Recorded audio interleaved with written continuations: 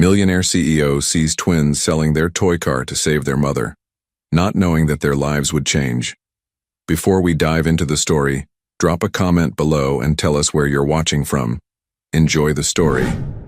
The autumn wind swept through Central Park, carrying dried leaves past the worn bench where twin boys sat quietly. Zach and Lucas Wilson, identical down to the freckles scattered across their noses, huddled together against the morning chill. Between them rested a shiny red toy car, weathered at the edges but still gleaming where the sun caught its surface. "Someone's gotta want it," Zach whispered, his small hands nervously turning the toy. "It's the coolest car ever." Lucas nodded, swallowing hard as he scanned the passing crowd. His stomach rumbled, but he ignored it. They hadn't eaten since yesterday's meager breakfast, but food wasn't the priority now. Not with their mother lying pale and weak in their tiny apartment. "Let's try over there," Lucas suggested, pointing toward the busier path where business people hurried to work. The twins positioned themselves strategically, summoning courage beyond their 10 years. Their identical blue eyes, serious and determined, watched each passerby with desperate hope. "Excuse me, sir," Zach called to a man in an expensive suit. "Would you like to buy our car? It's really special." The man walked past without acknowledging them. This pattern repeated throughout the morning, people rushing by, some offering pitying glances, others pretending not to see them at all. "Need to try harder," Lucas said finally, his voice breaking. "Mom needs the medicine today." Across the park, a tall figure emerged from a sleek black car. Blake Harrison adjusted his custom-tailored suit jacket, nodding curtly as his driver confirmed his afternoon meeting schedule. At 42, Blake had built Harrison Industries into a global technology empire, his name synonymous with innovation and ruthless business acumen. "I'll walk through the park," he told his driver. "Meet me on the east side in 15 minutes. Blake moved with purpose, his expression neutral as he mentally reviewed quarterly projections. He barely registered the people around him until a small voice cut through his thoughts. "Sir, would you buy our car, please?" Blake's stride faltered. Something in that voice, its desperate sincerity, made him stop. He turned to see twin boys looking up at him, identical faces pinched with anxiety. One held out a toy car like it. Was a precious artifact. "We're selling it," the boy continued. "It's really fast and the door's even open." Blake found himself staring at the twins, an unexpected tightness forming in his chest. Something about their earnest faces, the careful way they handled the toy, as if parting with a treasure, resonated with him in a way he couldn't explain. "How much?" Blake heard himself ask. The twins exchanged glances. "Whatever you can pay," the one holding the car answered. "We just need it for our mom. She's really sick." Blake's gaze lingered on the toy car. It was obviously cherished, clean, despite its age, with clear fingerprints showing where small hands had gripped it countless times. Without fully understanding why, he reached for his wallet and removed several large bills. "Here," he said, extending the money. "Will this help?" The boy's eyes widened at the amount, far more than they'd hoped for. Zach carefully placed the toy car in Blake's palm, his small fingers lingering for a moment before reluctantly pulling away. "Thank you, sir," Lucas said, his voice trembling with relief. "This will help our mom a lot." Blake pocketed the car, watching as the twins gripped the money tightly and hurried away.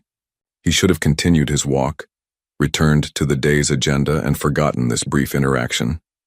Instead, he found himself watching the boys' retreating figures, those identical heads bent together in urgent conversation. Blake turned to his driver, who had followed at a discreet distance. "Follow them," he said quietly, surprising himself with the command. "I want to see where they live." As his car moved slowly behind the hurrying twins, Blake stared at the toy car now resting in his hand. It had been years since anything had disrupted his carefully ordered existence. Years since he had felt this pull, this need to understand something beyond profit margins and strategic acquisitions. Blake Harrison didn't believe in fate or coincidence. But as he watched those twin boys through the tinted window, he couldn't shake the feeling that something significant had just happened. something that would change everything. Blake's car followed the twins to a dilapidated apartment building in one of the city's forgotten neighborhoods. The contrast between his sleek vehicle and the crumbling surroundings couldn't have been starker. As the boys disappeared inside, Blake sat motionless, the toy car still in his hand. "Wait here," he told his driver, stepping out before he could reconsider. The building's stairwell smelled of mildew and despair. Blake climbed 4 flights, following the sound of excited children's voices until he reached a door with peeling paint. He hesitated, then knocked firmly. The door opened slightly, revealing one twin's suspicious face. "It's the man from the park," he called over his shoulder, eyes wide with confusion. The door opened wider. Both boys stood there, uncertainty written across their identical faces. Behind them, Blake glimpsed a small, sparse apartment and the outline of a woman lying on a mattress. "Can I come in?" Blake asked. His usual commanding tone softened. After a moment's hesitation, the boys stepped aside. Inside, the apartment was clean despite its poverty. What struck Blake most was what was missing. No excess, no comforts, just bare necessities. "My mom's sleeping," one twin whispered. Lucas, Blake thought, though he wasn't certain. Catherine Wilson lay on a thin mattress, her breathing labored, skin ashen against the worn sheets. Even in illness, her resemblance to her son's was unmistakable. The same delicate features, though her once vibrant face was now hollow with suffering. "How long has she been like this?" Blake asked quietly. "Weeks," Zach answered, his small shoulders sagging. "She gets worse every day." Blake knelt beside the mattress, gently touching Catherine's arm. Her skin burned with fever. "She needs a hospital," he said decisively. "We don't have money," Lucas replied, his voice small. "That's why we were selling our car." Blake looked at the toy still in his pocket, then at the desperate faces of the twins. Something inside him, something he thought long buried, stirred to life. "I'll take care of it," he said firmly. The boys exchanged glances. "How will we ever pay you back?" Zach asked, clutching the money they'd earned. Blake's expression softened unexpectedly. "You already sold me your car, remember? Now it's my turn to help." Without waiting for their response, Blake lifted Catherine gently in his arms. She mumbled something incoherent, too weak to resist. The twins followed anxiously as Blake carried their mother down the stairs and into his waiting car. "Where are we going?" Lucas asked, holding his mother's limp hand.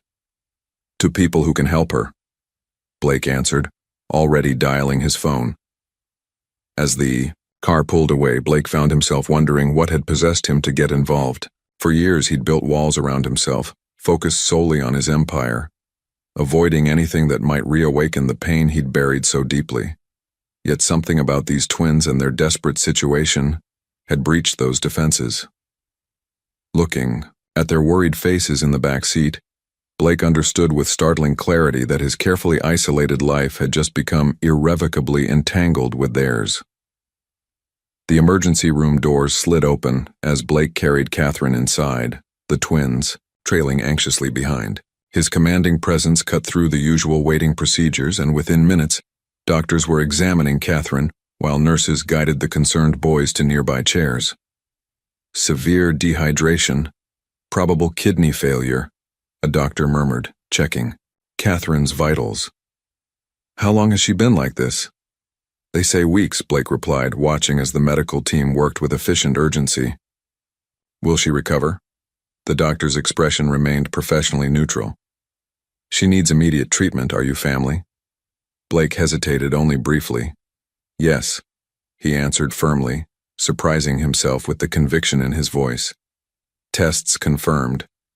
The doctor's initial assessment: severe kidney disease requiring immediate dialysis.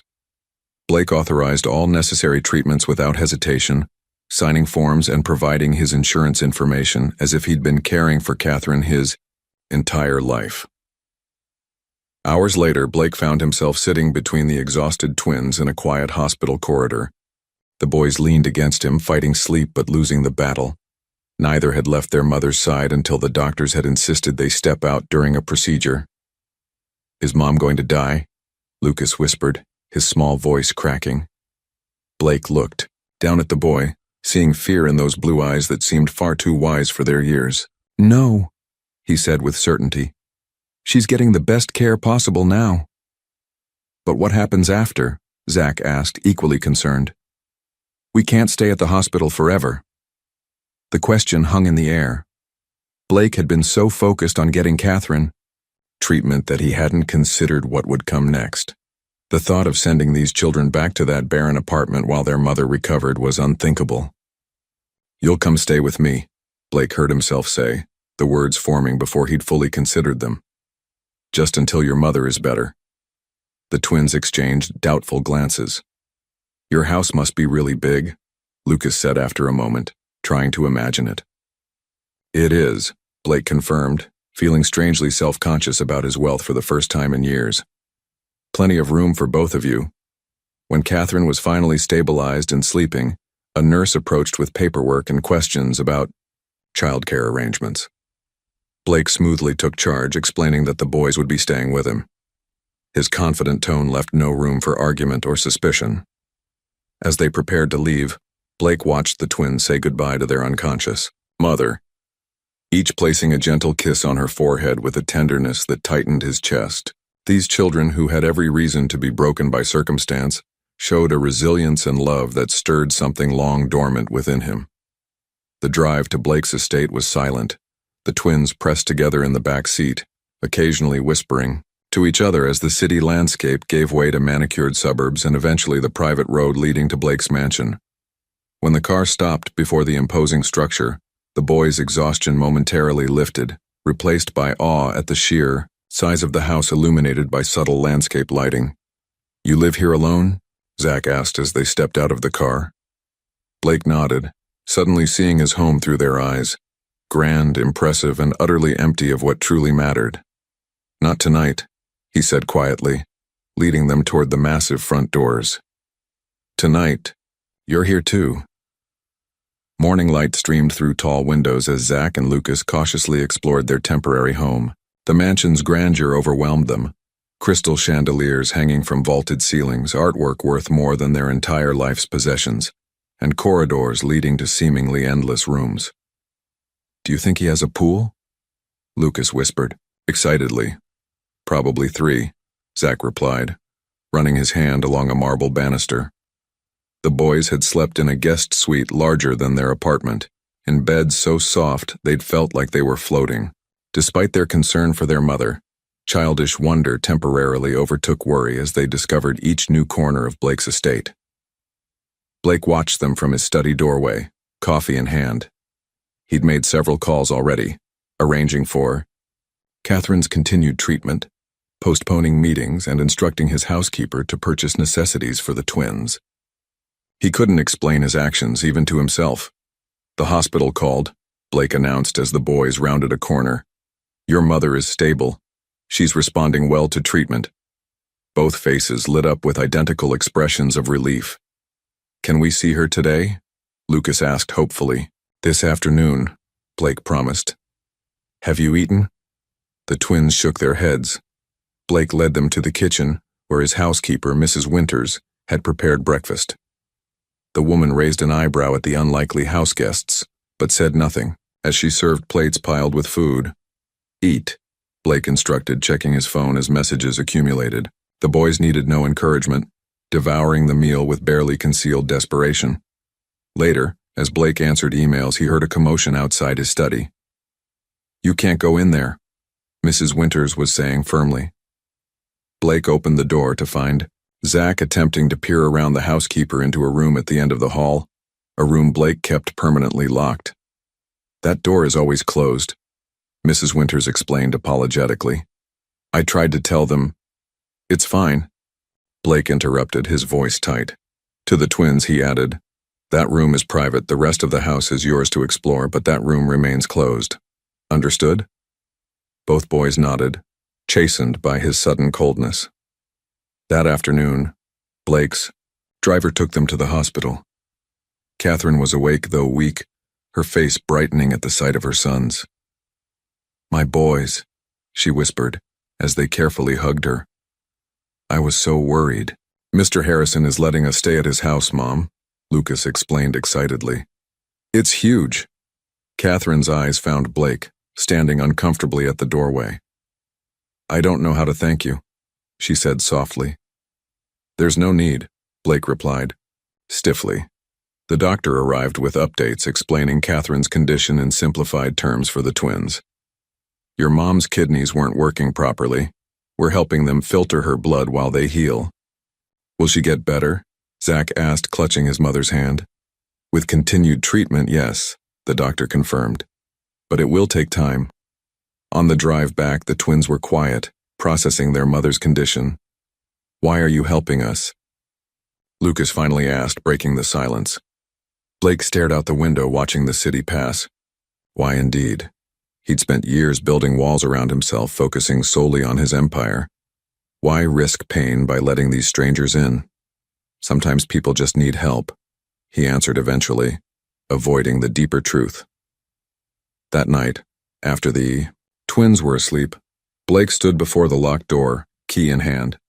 Inside was everything he'd tried to forget. Photos, toys, memories preserved like insects in amber. His fingers tightened around the key, then released. Not tonight. Perhaps not ever. Behind him, the house felt different. No longer just an empty monument to his success, but temporarily alive with the presence of children again. The sensation was both comforting and terrifying. A week passed, settling into an unexpected rhythm.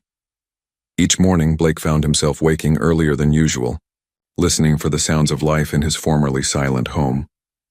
The twins' footsteps, their whispered conversations, even their occasional disagreements had become part of the mansion's new soundtrack.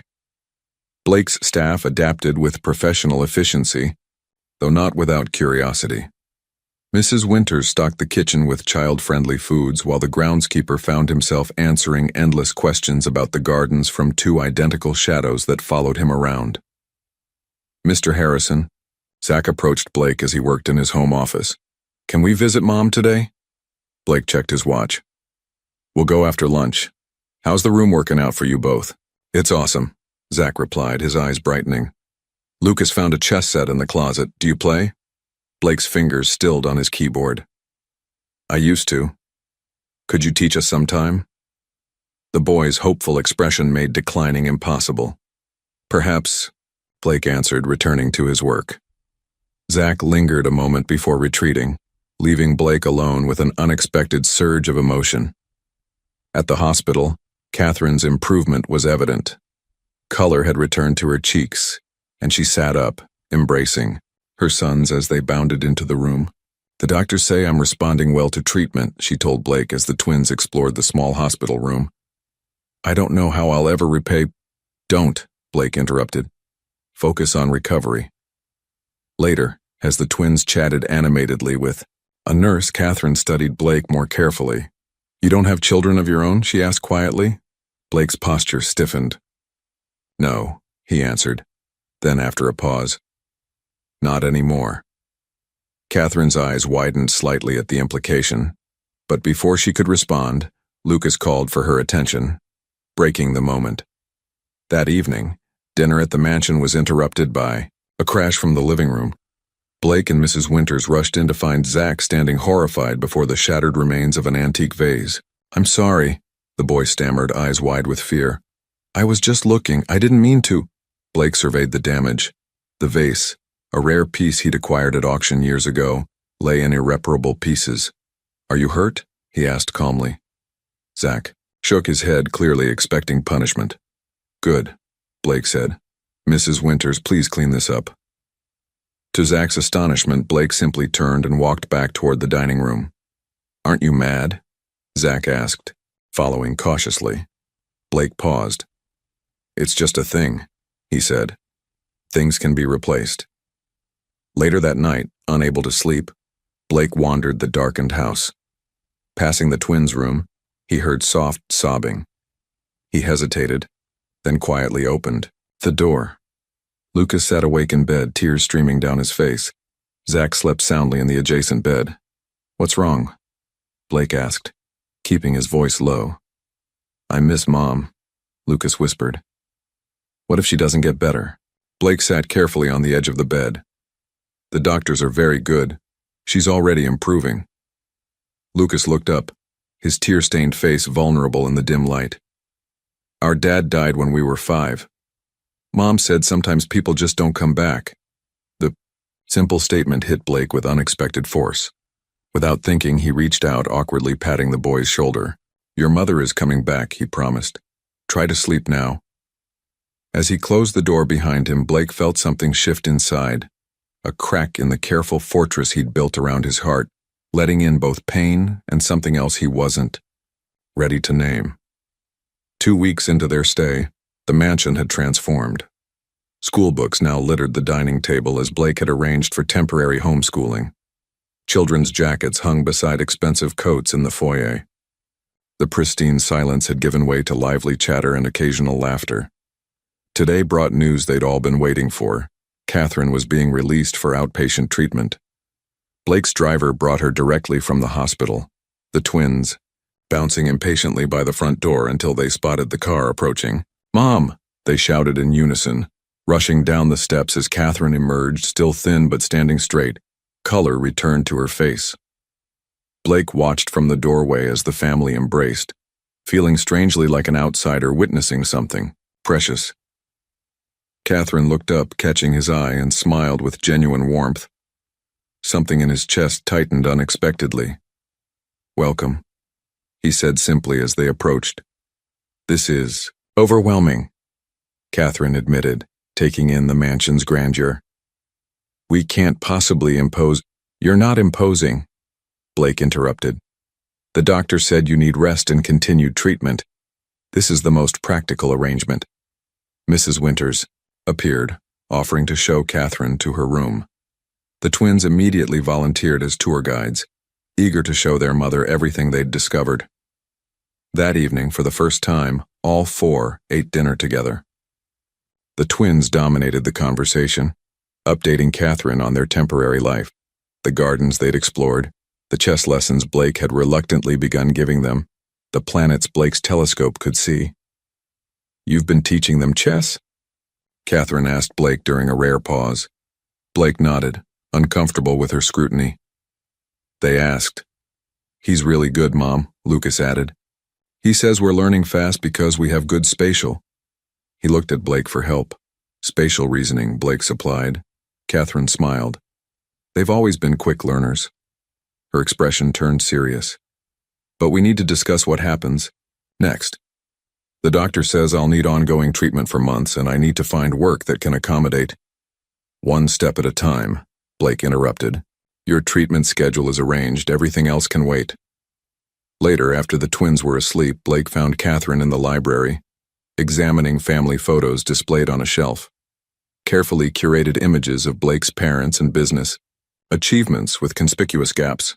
"Thank you," she said without turning. "Not just for the medical care, but for making my boys feel safe. They've had so little stability." Blake remained in the doorway. "They're remarkable children." They mentioned a locked room, Catherine said carefully. "They think it might be filled with treasure." Blake's posture stiffened. "Just storage," he lied. Catherine turned, studying him with gentle perception. "I understand privacy, Mr. Harrison. We all have parts of ourselves we keep locked away." The simple understanding in her voice nearly undid him. For years, colleagues and associates had tiptoed around his past, treating him like a ticking bomb. Catherine's straightforward acknowledgement was disarming. "Blake," he said suddenly. "Please call me Blake." She nodded. "Blake, then." An awkward silence fell between them, filled with unasked questions. "I should rest," Catherine finally said. "Good night, Blake." After she left, Blake poured himself a drink, contemplating how quickly these strangers had infiltrated his carefully constructed solitude. The most disturbing realization wasn't that he minded their presence, but that he was beginning to dread their eventual departure. Out of habit, his hand reached into his pocket where he still carried the twins' toy car.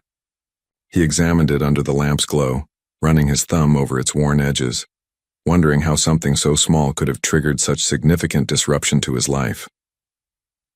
Blake sat alone in his office, quarterly reports forgotten on his desk. Outside, he could hear the twins laughing as they kicked a soccer ball across the lawn. The sound penetrated the thick windows, infiltrating the sanctuary he'd maintained for years. 3 weeks had passed since Catherine's release from the hospital. Her strength returned gradually, but her medical team insisted on continued rest between treatments.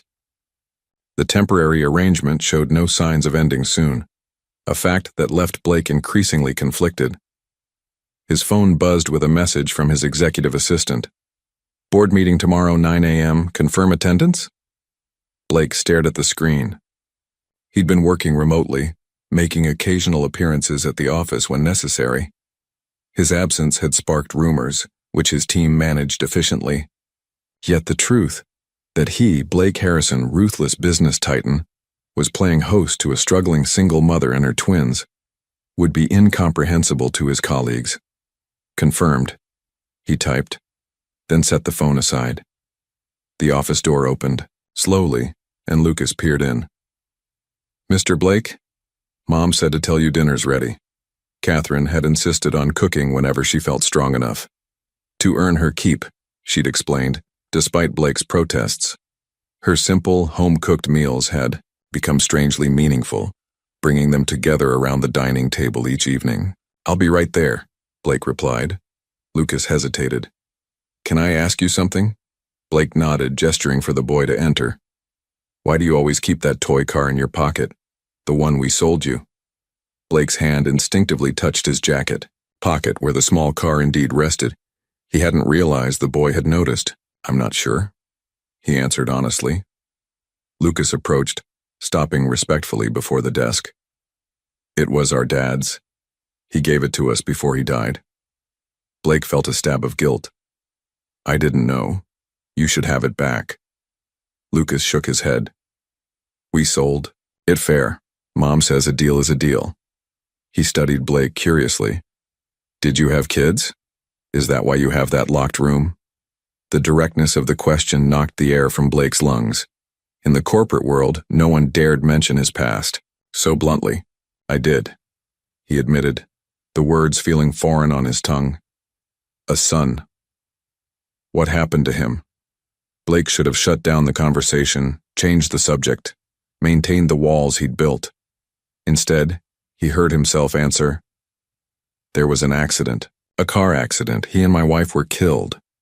Lucas absorbed this with solemn understanding beyond his years. "That's why you helped us, isn't it? Because we reminded you of him." Blake looked away, uncomfortable with the boy's perception. "Perhaps. Mom says people come into our lives for a reason," Lucas continued. "Maybe we came into yours to help you too." Before Blake could respond, Zach appeared at the door. "Come on. Mom made spaghetti." Lucas smiled and followed his brother. At the doorway, he turned back. "You should come too, Mr. Blake. It's better when we're all together." Dinner that night was animated, the twins recounting their soccer game while Catherine smiled at their enthusiasm. Blake observed quietly, struck by how the formal dining room, previously used only for rare business dinners, had transformed into a space of genuine warmth. "The boys tell me you have a board meeting tomorrow," Catherine said as the twins cleared the dishes, insisting on helping despite Mrs. Winter's presence. "Yes," Blake confirmed. "I should be back by evening." Catherine nodded. "We'll manage fine. It's good for you to return to normal life." But as Blake looked around the table, he realized with startling clarity that this improvised family dinner with people who had been strangers weeks ago felt more like normal life than anything he'd experienced in years. The realization terrified him. The board meeting dragged interminably. Blake found himself checking his watch repeatedly, his mind wandering to the mansion and its temporary residents. When his CFO asked about quarterly projections, Blake had to request the question be repeated, an unprecedented lapse in his legendary focus. "Everything all right, Blake?" his COO asked during a break, genuine concern in his voice. "Fine," Blake replied curtly. "Let's finish this." By the time he returned home, evening had fallen. The mansion was unusually quiet as he entered. Following the sound of hushed voices, he found Catherine in the twins' room, sitting beside Zach's bed. "What happened?" Blake asked, seeing the boy's flushed face. "Fever," Catherine explained, worry etched in her features. "It came on suddenly this afternoon." Zach managed a weak smile. "Hi, Mr. Blake." Lucas sat cross-legged on his own bed, watching his brother anxiously. "He threw up twice," he reported solemnly. Blake approached, noting Zach's glazed eyes and labored breathing. Without hesitation, he pulled out his phone and dialed his personal physician.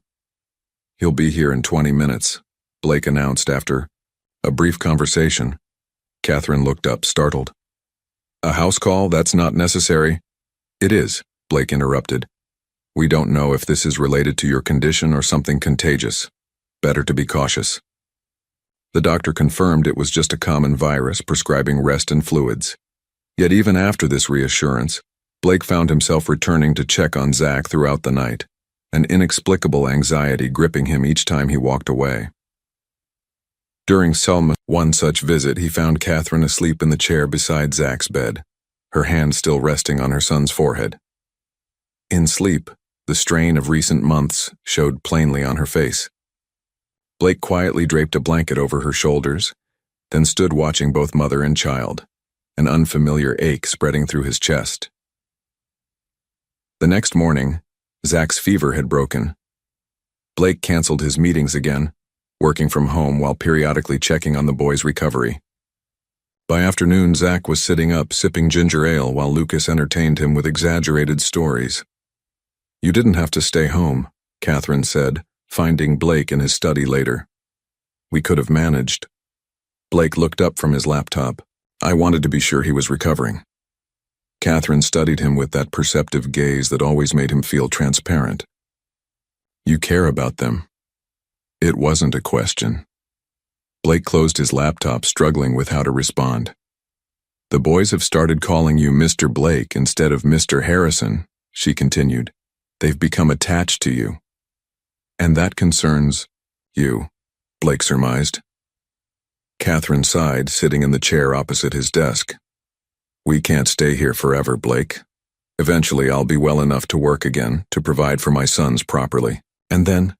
She left the sentence unfinished, but its conclusion hung heavily in the air. Then they would leave. Return to their own life. This temporary intersection would end. "My treatments are working better than expected," Catherine continued, softly. "The doctor says I might be ready for reduced sessions within a month. I've started looking at apartments we can afford." Blake felt something cold settle in his stomach. "There's no rush," he said, his voice uncharacteristically uncertain. "There is," Catherine countered gently. "The longer we stay, the harder it will be for all of us when we leave." Blake had no response. In business, he never hesitated, never showed uncertainty. But this wasn't business. This was something he'd deliberately avoided for years. Emotional entanglement, the risk of caring too deeply. "You've given us so much already," Catherine said, rising to leave. "We can't take advantage of your generosity forever." As she reached the door, Blake finally spoke. "And if I asked you to stay?" The question surprised them both. Catherine turned, her expression a complex mixture of emotions. "Why would you?" she asked softly. Blake had no answer, at least, none he was ready to voice aloud. That night, Blake stood before the locked door, key trembling slightly in his hand. For 5 years, he'd preserved this room exactly as it had been the day of the accident. Thomas's room, frozen in time, like a memorial. His conversation with Catherine echoed in his mind. "And if I asked you to stay?" The words had escaped before he could stop them, revealing more than he'd intended. With a deep breath, Blake inserted the key. The lock turned with a soft click that seemed to reverberate through the silent hallway. He pushed the door open slowly, dust particles dancing in the beam of light from the corridor. Everything remained as he'd left it. The blue walls covered with solar system decals, the bookshelf filled with adventure stories, The bed with its rumpled spaceship comforter that Mrs. Winters had been instructed never to touch. On the bedside table, a framed photo of Thomas with Blake and his wife, Sarah, all smiling on a beach vacation, their last together. Blake stepped inside, overwhelmed by memories. He picked up a toy car from the collection displayed on a shelf, identical to the one the twins had sold him. Thomas had loved cars too. Mr. Blake? He turned sharply. Lucas stood in the doorway, eyes wide with curiosity and uncertainty. "You shouldn't be here," Blake said, his voice hoarse. "I'm sorry," Lucas whispered. "I heard the door open." His gaze traveled around the room, understanding dawning on his young face. "This was your son's room." Blake nodded, unable to speak. "What was his name?" "Thomas." "Was he our age?" "He would be now. He was 5 when—" Blake couldn't finish. Lucas entered cautiously, approaching the photo on the nightstand. "You all look happy." "We were." Lucas studied the picture, then looked up at Blake. "My mom says Dad watches over us from heaven. Maybe Thomas watches over you too." The simple statement, delivered with a child's certainty, cracked something inside. Blake. He sat heavily on the edge of the bed, emotions he'd suppressed for years finally breaking through. "I miss him," Blake admitted, the words barely audible. "Every day." "We miss our dad too," Lucas said, sitting beside him. "Mom says it's okay to be sad sometimes, but we shouldn't forget to be happy too." From the doorway came a small gasp. Zach stood there, still pale from his illness but eyes wide at the forbidden room. Behind him, Catherine appeared, her expression softening as she took in the scene. "Boys, come away," she said gently. "This is private." "It's all right," Blake found himself saying. "They can come in." Zach approached cautiously, examining the room with quiet reverence. "Cool space lamp," he observed, pointing to a rocket-shaped nightlight. Thomas was afraid of the dark, Blake explained, surprising himself with how easily the words came now. "We bought this on his 5th birthday." Catherine remained in the doorway, watching as Blake began showing the twins Thomas's favorite, books and toys. Each object came with a story, memories Blake had locked away now flowing freely. The pain was still there, but somehow sharing it made it bearable. Later, after the twins had gone to bed, Catherine found Blake still in Thomas's room, sitting quietly. "I'm sorry they intruded," she said. "They're naturally curious." "Don't be," Blake replied. "It was time to open this door." Catherine leaned against the doorframe. "It's a beautiful room. He must have been a wonderful little boy." "He was." Blake looked up at her. "The accident was my fault. I was driving. A truck ran a red light. I survived. They didn't."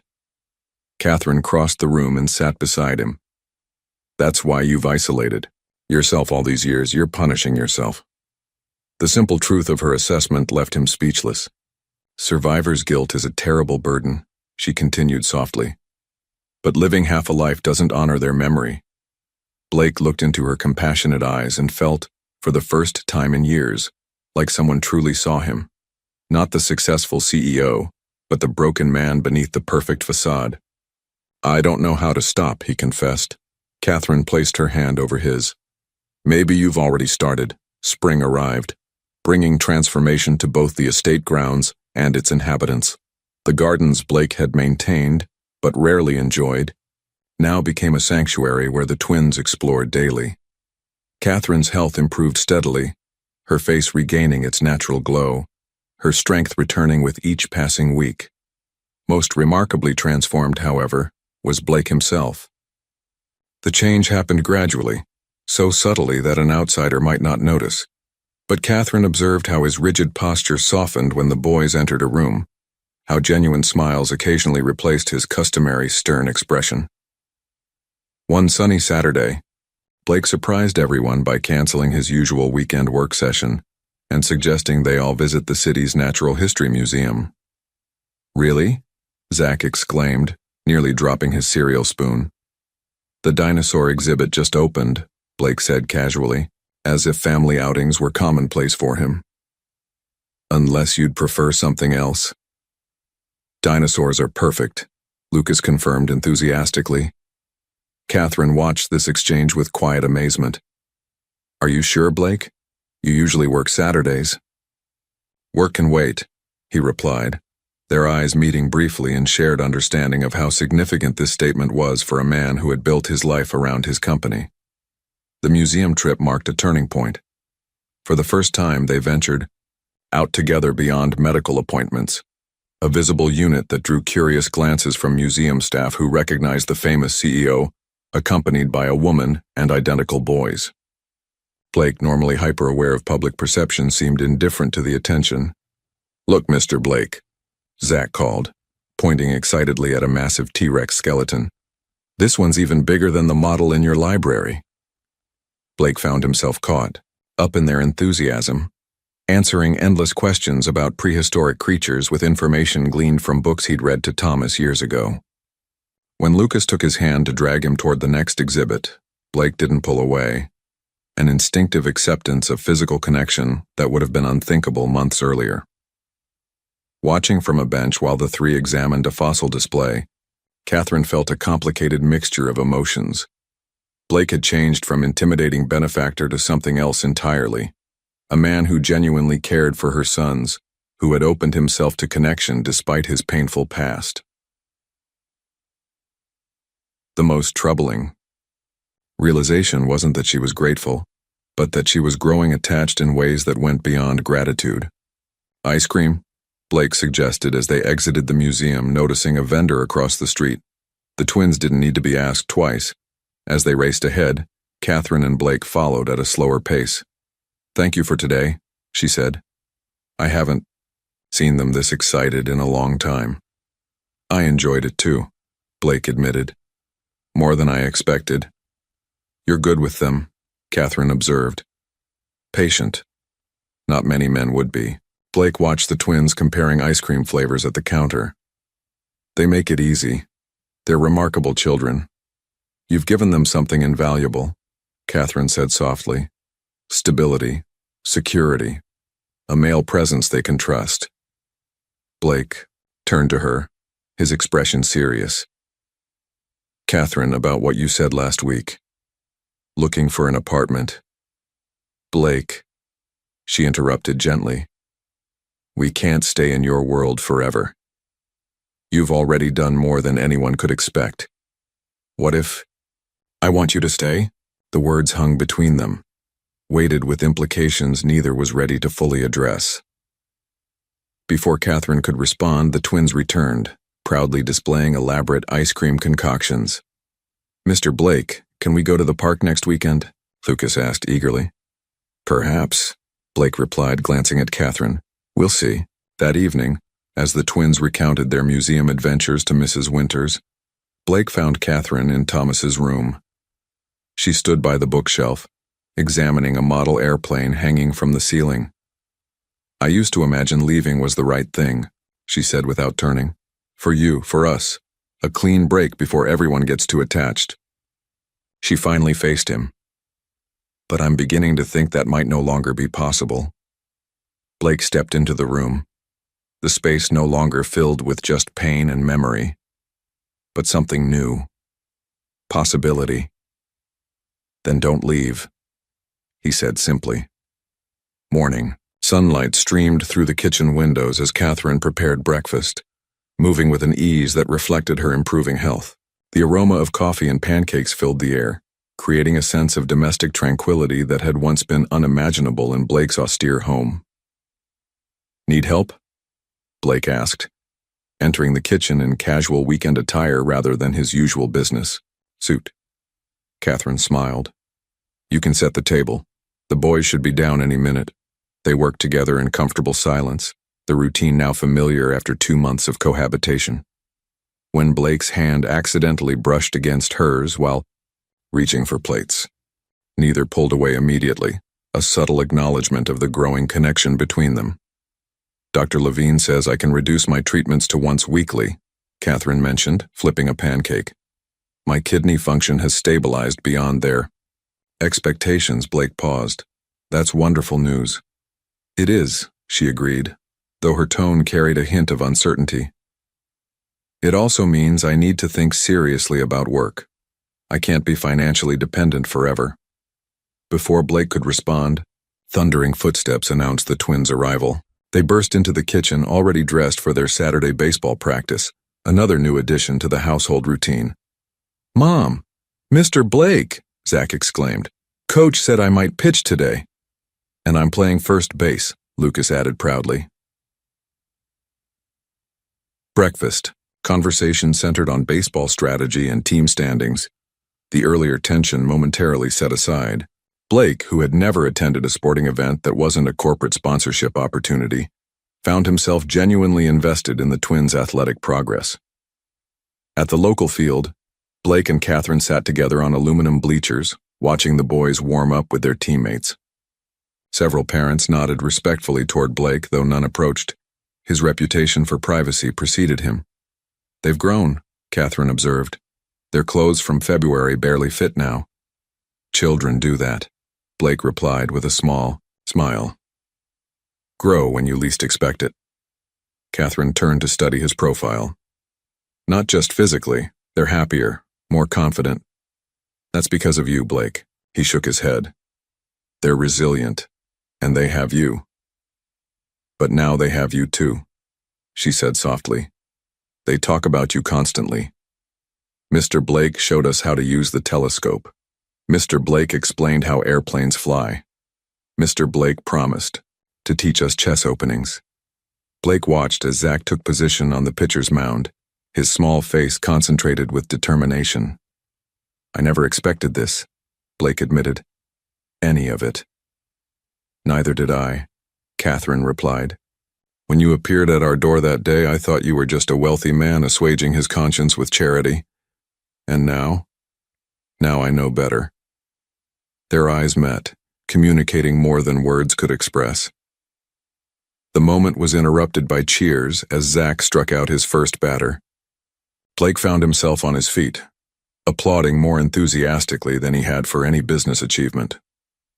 Later that evening, after the twins had gone to bed, Blake and Catherine sat on the terrace, the spring air mild and fragrant with blooming flowers.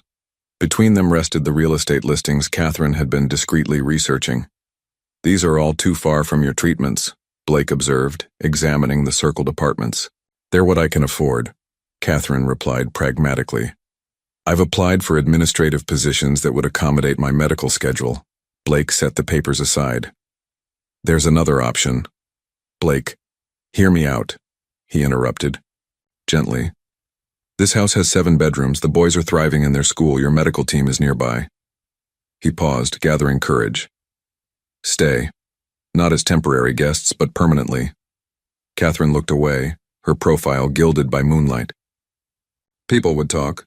They'd say I manipulated you, that the boys and I are taking advantage." "Let them talk," Blake said with sudden fierceness. "I've spent 5 years making decisions based on what others might think, on maintaining perfect control. I'm tired of it." "What exactly are you proposing?" Catherine asked, her voice barely above a whisper. Blake reached across the table, taking her hand. "I'm proposing we stop pretending this is temporary, that we acknowledge whatever this is between us deserves a chance." He squeezed her hand gently. "I'm not asking for immediate answers. Just don't leave yet." Catherine's eyes glistened in the dim light. "I'm afraid," she admitted. "Not of you, but of hoping again, of letting the boys hope." "I'm afraid too," Blake confessed. "But for the first time in years, I'm more afraid of losing something than of having it." As the night deepened around them, neither moved to break the connection of their intertwined hands, a silent agreement to face their fears together. Summer arrived in full splendor, transforming the estate's formal gardens into a playground, where the twins spent endless hours exploring, building forts, and occasionally helping the amused groundskeeper with simple tasks. The mansion itself had undergone a more subtle transformation. Children's artwork now adorned the refrigerator, colorful sneakers cluttered the entryway, and laughter echoed through previously silent corridors. 3 months had passed since Blake's proposition on the terrace. Catherine had neither accepted nor rejected his offer of permanence, but they had fallen into a comfortable rhythm that felt increasingly like family life. "Mom, Mr. Blake, look what we found," Lucas called one Saturday morning, bursting into the breakfast room where Blake and Catherine were quietly enjoying coffee. Both boys appeared muddy and triumphant, holding a small turtle between them. "He was by the pond," Zach explained excitedly. "Can we keep him, please?" Blake glanced at Catherine, who raised an eyebrow in silent communication. Their newfound ability to converse without words, one of many developments in their evolving relationship. "A turtle requires proper care," Blake replied thoughtfully. "Perhaps we should research what he needs first." "We could build him a habitat," Lucas suggested. "Mr. Blake, you said you had building supplies in the garage, right?" "I did," Blake confirmed, surprising himself with how naturally he now included the boys in his plans and possessions. Catherine watched this exchange with a gentle smile. "Wash up first, then we can look up turtle care online." The boys dashed off, leaving muddy footprints that would have once horrified Blake but now barely registered. "You realize this means we'll be constructing a turtle paradise this afternoon," Catherine said with amusement. "I've negotiated billion-dollar contracts," Blake replied dryly. "I suspect I can handle turtle architecture." Their laughter mingled easily, a sound that had become increasingly common. The day unfolded in domestic harmony, researching turtle habitats online, gathering supplies, and working together in the garden to create a suitable home for the reptilian visitor. Blake, who once delegated every task to staff, found himself kneeling in dirt, patiently explaining to the twins how to create proper drainage for their habitat. Mrs. Winters, bringing lemonade to the garden, paused to observe her employer, the formidable CEO now sporting dirt-smudged khakis and a relaxed smile as he worked alongside the boys. The housekeeper exchanged a knowing glance with Catherine, both women silently acknowledging the transformation. That evening, after tucking the twins into bed, another ritual Blake had gradually joined. He and Catherine settled in the library, with glasses of wine. "The turtle habitat is quite impressive," Catherine commented, curling comfortably into a corner of the sofa. "You've missed your calling as an environmental engineer." Blake smiled, his posture more relaxed than she'd ever seen in their early days. "The board would be shocked to see me covered in mud and pond water." "Your company has been patient with your reduced schedule," Catherine observed. "The benefits of being the founder," Blake replied, "though my executive team has handled things admirably in my partial absence." A comfortable silence settled between them, broken only by the ticking of the antique clock and the distant sounds of the house settling.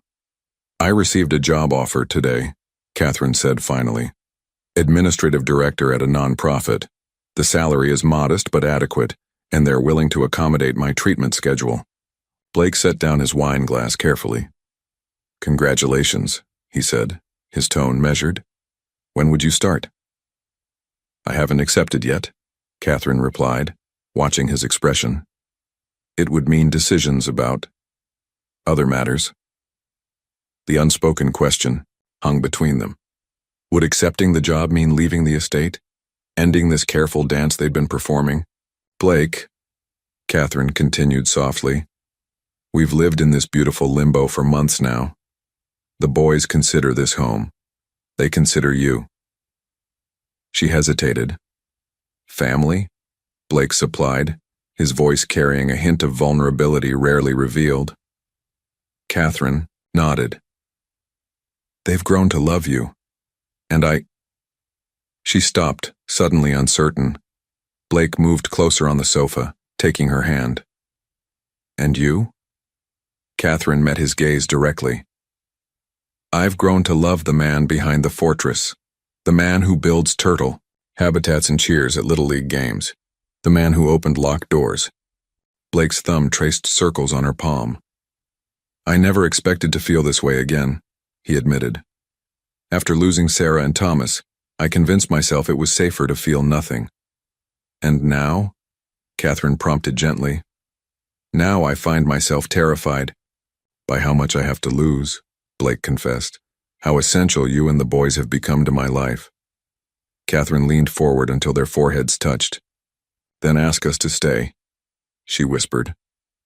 Not as guests or charity cases. Ask us properly. Blake sat in his office the following morning, staring at the small velvet box on his desk. The antique ring inside, his grandmother's, had been in a safe deposit box for years. He'd retrieved it yesterday after his conversation with Catherine, his mind racing with possibilities. Ask us properly, she had said. The words echoed in his mind, both thrilling and terrifying. Blake Harrison, who made multi-million-dollar decisions daily without hesitation, found himself paralyzed by uncertainty. A gentle knock interrupted his thoughts. Mr. Blake. Lucas peered around the door. Mom said to tell you lunch is ready. I'll be right there, Blake replied, quickly slipping the ring box into his desk drawer. Lucas lingered. Are you okay? You look worried. Blake managed a smile. Just thinking about some important decisions. About us staying? Lucas asked with startling directness. Zach and I want to stay. Forever. Blake's breath caught. You do? Lucas nodded solemnly. Mom's happier here, and you're happier with us, we can tell. You're very perceptive, Blake observed. The boy shrugged. Twins notice things. He hesitated, then added, Mom loves you, you know. She smiles different when you're around. Before Blake could respond, Lucas disappeared down the hallway, leaving him stunned by the simple wisdom of a 10-year-old. At lunch, Blake found himself studying Catherine across the table as she laughed at something Zach said. She caught his gaze and smiled, that special smile Lucas had mentioned, sending warmth spreading through his chest. I thought we might visit the lake this afternoon, Blake suggested as they finished eating. The weather's perfect for it. The twins cheered their approval. Blake's estate included a small private lake, complete with a boathouse and dock, which had become a favorite spot during the summer heat. Hours later, as the sun began its descent, Catherine and Blake sat on the dock watching the twins splash in the shallows. A comfortable silence stretched between them, broken only by the boys' laughter and the occasional call of birds. I spoke with the nonprofit director this morning, Catherine said finally. I asked for a few more days to consider their offer. Blake nodded, his fingers unconsciously touching the ring box in his pocket. What's holding you back? Catherine turned to face him fully. You know exactly what's holding me back, Blake. The same thing that's had you distracted all day. Her expression softened. Whatever you're wrestling with, just say it. Blake took a deep breath. When I bought that toy car from the boys, I never imagined where it would lead. I was empty, functioning but not living. He gazed out at the twins. Then suddenly my house was full of noise and chaos and life again. It wasn't just charity, was it? Catherine asked quietly. Even at the beginning. Blake shook his head. I told myself it was, that I was just helping because I could. But from that first day, seeing those twin boys trying so desperately to save their mother, he met her eyes. They reminded me of Thomas, but they also reminded me of what it meant to care deeply about something beyond myself. Catherine reached for his hand. And now? Now I can't imagine this house without you in it, without the boys, running through the halls without your laugh in the kitchen, without. He squeezed her hand. Without the family we've somehow become. The twins' splashing grew more distant as they chased each other along the shoreline, giving the adults a moment of privacy. I used to think I didn't deserve happiness, Blake continued. That surviving when Sarah and Thomas didn't was some cosmic punishment. And now? Catherine prompted again. Now I think maybe they would want this for me. For us. Blake reached into his pocket and withdrew the ring box. I've been carrying this around all day, trying to find the perfect moment, the perfect words. Catherine's eyes widened as he opened the box, revealing a vintage emerald surrounded by diamonds.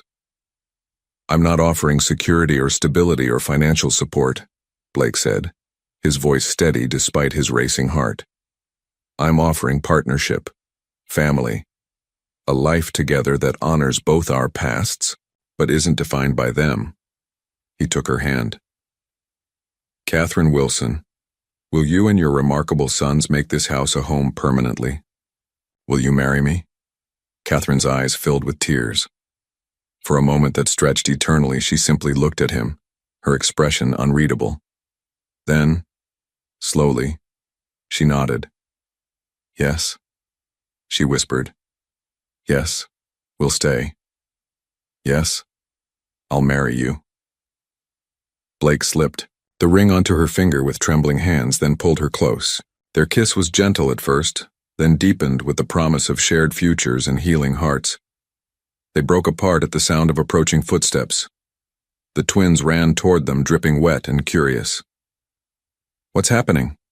Zach asked, noticing his mother's tears and Blake's uncharacteristically emotional expression. Catherine extended her hand, showing them the ring. Mr. Blake has asked us to stay, permanently, as a family. The boys stared at the ring, then at the adults, processing this information. Does that mean you're getting married? Lucas asked cautiously. Blake nodded. If that's all right with you? Both. The twins exchanged one of their silent communications, then broke into identical grins. Does this mean we can call you Dad? Zach asked boldly. The question hit Blake with unexpected force. He had been prepared for hesitation, for a gradual transition. Instead, these remarkable boys offered immediate acceptance, a gift he never thought he'd receive again. I would be honored, Blake said, his voice rough with emotion. But only when you're ready. The twins launched themselves forward, wrapping their arms around both adults in an enthusiastic group hug that nearly toppled everyone into the lake. Laughter and tears mingled as the newly defined family held each other close, the setting sun casting them in golden light. Later that night, as the twins slept and Catherine admired her ring in the moonlight streaming through their bedroom window, Blake found himself thinking of Thomas. For the first time, the memory brought bittersweet joy rather than crushing pain, the sense that his son would approve of the family his father had found. In his pocket, Blake still carried the twins' toy car, now a talisman of unexpected beginnings, rather than painful endings. Blake Harrison, once known only for his business acumen and reclusive nature, now found himself the subject of different kinds of whispers as he, Catherine, and the twins entered the charity gala. 6 months had passed since his proposal by the lake. The announcement of their engagement had created ripples throughout Boston's elite circles. Blake, called Richard Thornton, chairman of Blake's board. We were beginning to think you'd become entirely domestic these days. Blake guided Catherine forward, his hand resting lightly at the small of her back. Richard, I'd like you to meet my fiancée, Catherine Wilson. Catherine, elegant in a midnight blue gown that complemented the emerald on her finger, extended her hand with quiet confidence. It's a pleasure to meet you, Mr. Thornton. Blake speaks highly of your business partnership. Richard's expression betrayed momentary surprise before he recovered his polished charm. The pleasure is mine. Blake has been different these past months, happier. Now I understand why. As they moved through the crowded ballroom, Blake introduced Catherine to colleagues and business associates. Some responded with genuine warmth, others with barely concealed curiosity about the woman who had captured the heart of Boston's most eligible widower. They're wondering what my angle is, Catherine murmured as they stepped onto the dance floor. The single mother who somehow ensnared the billionaire. Blake drew her closer, moving smoothly to the orchestra's waltz. Let them wonder. We know. The truth, Catherine smiled up at him. Which is? That I'm the fortunate one, Blake replied, his voice low and sincere. That somehow I was given a second chance at happiness I never thought I deserved. Later that evening, as they drove home, Catherine rested her head against Blake's shoulder. The boys will want a full report. Zach was convinced you'd be eating from golden plates. Blake chuckled. Wait until they hear about the chocolate fountain. They found Mrs. Winters in the living room reading to the twins who had stubbornly refused to sleep until their mother and Blake returned. Mom, Dad, Zach exclaimed, the term Dad now comfortably established in their daily lexicon. How was the fancy party? Blake still felt a surge of emotion each time the boys called him Dad, a title he thought he'd never hear again. Less exciting than you'd imagine, he replied, loosening his tie. Mostly grown-ups talking about boring things. Did you dance? Lucas asked, scrambling to make room on the sofa for them. Catherine kicked off her heels with a sigh of relief. We did. Your future dad is surprisingly good at it. The twins looked impressed. Can you teach us? Lucas asked. For when we go to fancy parties too? Of course, Blake promised, settling beside them, though those might be a few years away yet. Mrs. Winters excused herself, smiling at the family tableau, so different from the solitary evenings that had once defined this household. I got an A on my science project, Zach announced proudly. Mrs. Peterson said my ecosystem model was exceptional. And I got picked for the school play, Lucas added, not to be outdone. Catherine and Blake exchanged glances of parental pride. These ordinary achievements, homework, school activities, small triumphs, and occasional failures, had become the precious fabric of their shared life. Later, after the twins had finally been persuaded to bed, Blake and Catherine stood in the doorway of Thomas's room, now a memorial space where photographs of both their past and present families shared space. Blake had suggested converting it to a proper bedroom for one of the twins, but Catherine had insisted otherwise. He's part of our family story too, she'd said. We don't erase the past. We build on it. Now, as wedding plans progressed and their lives intertwined more completely, Blake realized how right she had been. The room had transformed from a shrine to grief into a bridge between past and future, much like Blake himself. 3 weeks until the wedding, Catherine said softly, leaning against him. Having second thoughts? Blake pulled her close. Only about letting the twins be in charge of the rings. I'm envisioning a dramatic chase scene mid-ceremony, Catherine laughed. They promised to be on their best behavior, and Mrs. Winters threatened to withhold dessert for a month if they misbehave. Powerful incentive, Blake agreed, turning off the light as they left the room. Though I wouldn't care if the entire ceremony descended into chaos. As long as at the end of it you're my wife and we're officially a family. Catherine kissed him softly. We already are, Blake. The wedding just makes it official. The garden radiated with springtime glory. Roses climbed trellises, cherry blossoms carpeted pathways, and sunlight dappled the assembled guests. 1 year to the day since Blake's proposal, family and close friends gathered to witness not a wedding, but a renewal of vows. Catherine, radiant in ivory lace, stood opposite Blake beneath an arch of flowers. Between them stood Zach and Lucas, handsome in matching suits, eyes bright with joy as they held the velvet cushions bearing rings. 1 year ago, the officiant began. These 4 souls officially became a family. Today they celebrate that journey and renew their promises. Blake gazed at Catherine, still amazed by the miracle of her presence in his life. When I met 2 determined boys selling a toy car, I never imagined they would lead me back to life, he said, voice steady with certainty. You and the boys, healed wounds I thought permanent. You turned my house back into a home. Catherine squeezed his hands. You saved us in every way a family can be saved. But more importantly, you loved us not out of obligation but with your whole heart. The twins presented the rings with perfect solemnity. As Blake slipped the band onto Catherine's finger, he noted the engraving inside. Second chances. Life had come full circle. What began with a small red toy car had transformed into something beautiful and enduring. Proof that even the most wounded hearts could find healing through love's unexpected pathways.